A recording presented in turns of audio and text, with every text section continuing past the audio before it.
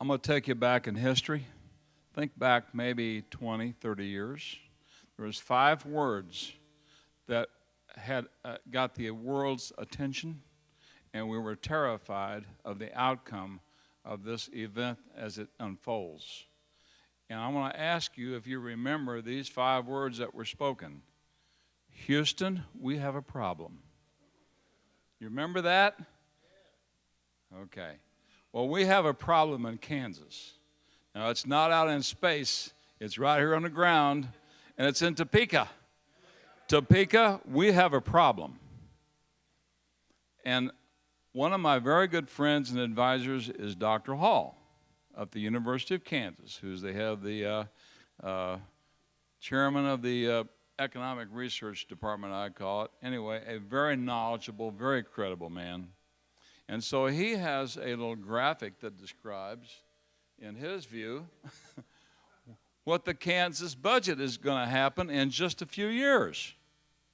Well, when Dr. Hall says something like this, it really means something, because he's not a man that takes things lightly, and he's not a man that just throws out jokes and throws out cartoons. So this is serious business. Well, luckily for Topeka, we have the FairTax KC organization, and we bring solutions. There we go. Dr. Hall says the only solution for Kansas is sustained, record-breaking revenues over the next decade, or the budget is going off the cliff. Sustained, record-breaking revenues. We have a plan. The basics of this plan are 0 state income on personal, 0 income on corporations, and 0 exemptions. So there's the 3 zeros right there. Okay. So what that does is that it broadens the tax base to many, many more taxpayers. No exemptions. And that means we can keep the same tax rate, 6.3%, and we collect a lot more revenue. And so there's a plan, simple as it can be. That means there'll be no tax on business-to-business transactions, because those are not personal consumption. That means that we will also provide a prebate to pay for the sales tax up to the poverty level. And everyone, we will talk about that in just a minute, the details on that. It goes to only U.S. citizens that live in Kansas. And we will also pay the retailer 1/4% to collect the tax. Now, these are very unique features. No other tax system takes care of the people and takes care of the retailers like we do. So, consumption. Very important definition. Only new, personally consumed goods and services. That means no tax on used goods. That means no taxes on business-to-business transactions. That means no taxes on real estate transactions. But it does mean, yes, taxes on professional services. For the first time in Kansas, taxes on professional services. It means, yes, the government is not a tax-free consumer. We are going to tax the government. Okay. And so therefore, we can keep the same tax rate, much broader, and collect a lot more revenue. So here are the numbers. Well, here's the prebate. It goes monthly. It'll be handled electronically, just like food stamps. And it's easy to do. We have all the records in Kansas, and it'll be associated with a family structure, a household, if you will. And every citizen receives it. There'll be no means testing, and it does pay for the essential goods and services. Okay, so we start number crunching with the actual budget numbers that have been used in the current legislation, but we only take 6 parameters of 22. Go back to that.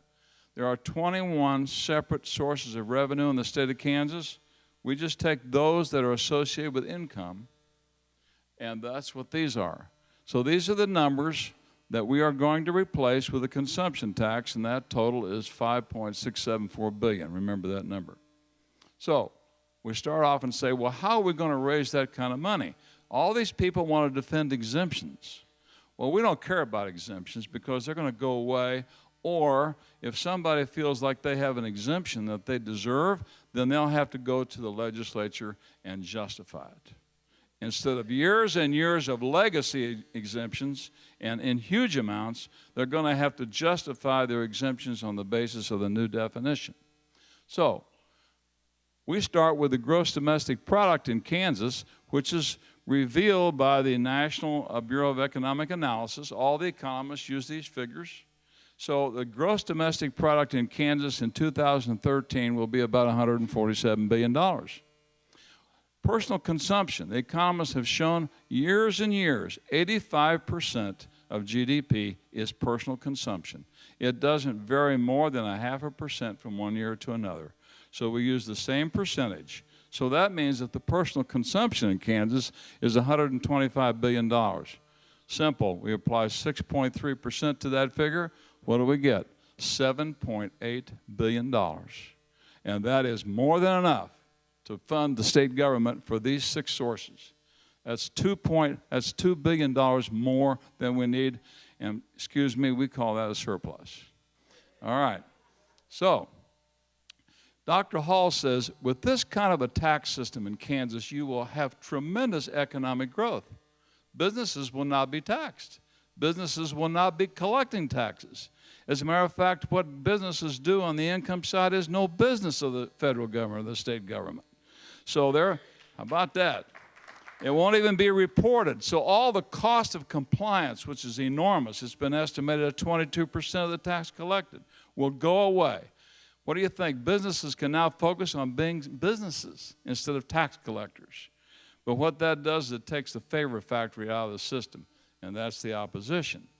But in any case, Dr. Hall says, if you have this kind of a system in Kansas, you will grow the economy 7% a year. GDP will grow at 7% a year, and that number is confirmed by other sources as well. If the budget only increases 2.5%, we have these surpluses now for 5 years in a row, and look how that accumulates. We're talking $20 billion in Kansas in just 5 years if we'd stop wasting the money. So, what would you do if this were your money? How about returning it to the taxpayer? All they got to do is just reduce the sales tax rate, the consumption tax rate, and everybody gets the same benefit, okay? All right, how about funding keepers? Anybody here in the state retirement system? How about we could fund keepers? It's $9 billion short, as I understand it. Well, we got $20 billion to work with, all right? How about paying off debt early?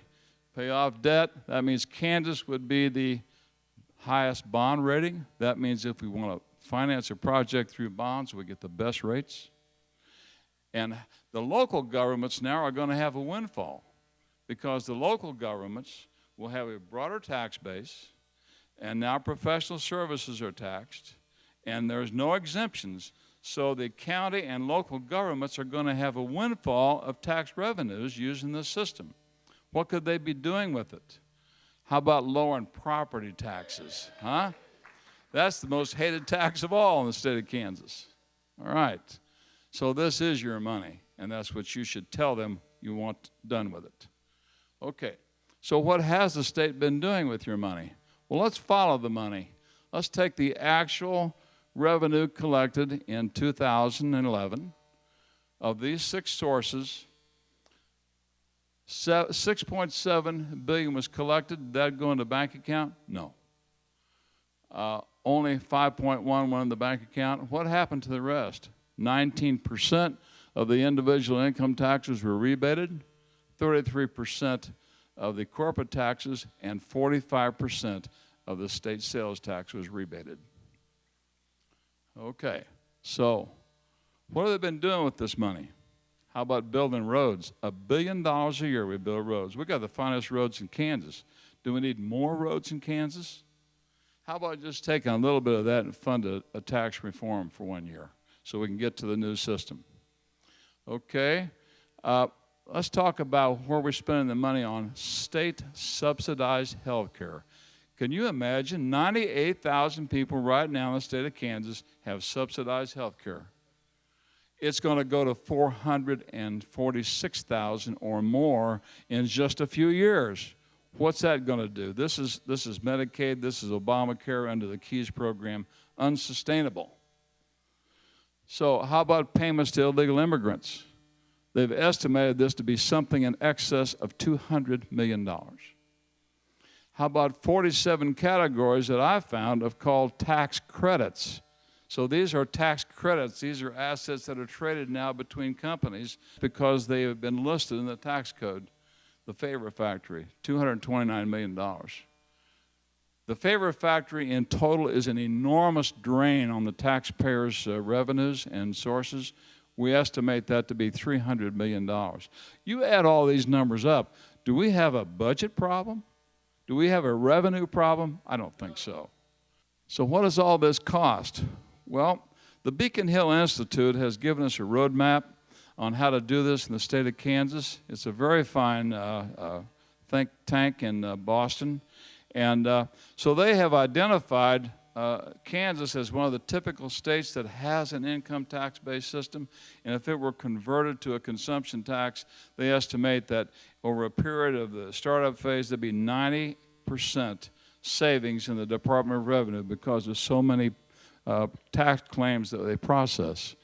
2.5 million tax returns processed in Kansas, and the adjusted gross income, which is where they start on the tax return, $139 billion in Kansas. This is personal consumption. So 29,000 corporate tax returns, $790 million refunds, $229 in tax credits. Tax payments, I tried to track this and I couldn't find them all. Homestead refunds, $132,000. How about food sales tax refunds? 322,000 claims. And the exemptions from sales tax, $4.2 billion, that's more than twice what we collect today in sales taxes. Okay. So how does this work?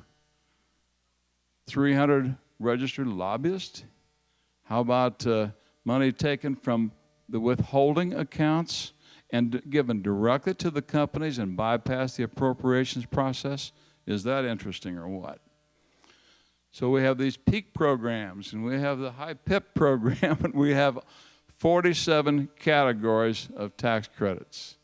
So, picking winners and losers, that's how it works. Just like that, nothing to it. It's an automated process, been working for years.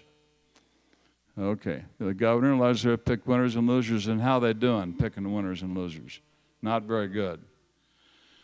Who's accountable? I can't find anybody that's accountable for this. Okay. And so the winners are, we've identified just a few of a big list. AMC Theaters, you hear about them? They're moving from Missouri to Kansas, and they got $47 million to build a new facility in the town center square, in that blighted area right across the street from Sprint. Okay, anyway, I'm going to get on through this, but Charlotte O'Hara, I think, did the research on this one.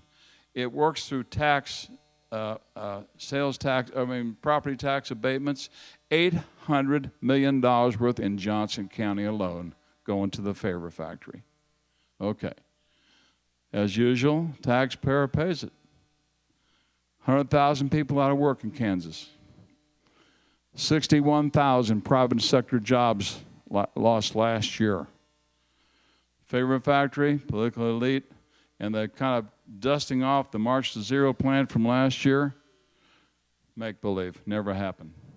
So, do we have a budget problem? No. Don't think so. We have a spending problem and an accountability problem. So, who's responsible for this? 125 state reps, 40 state senators, and 1 governor. Do you have to contact all these people? No. You just pick 3. Your state rep, your state senator, and the governor. Tell them they work for you.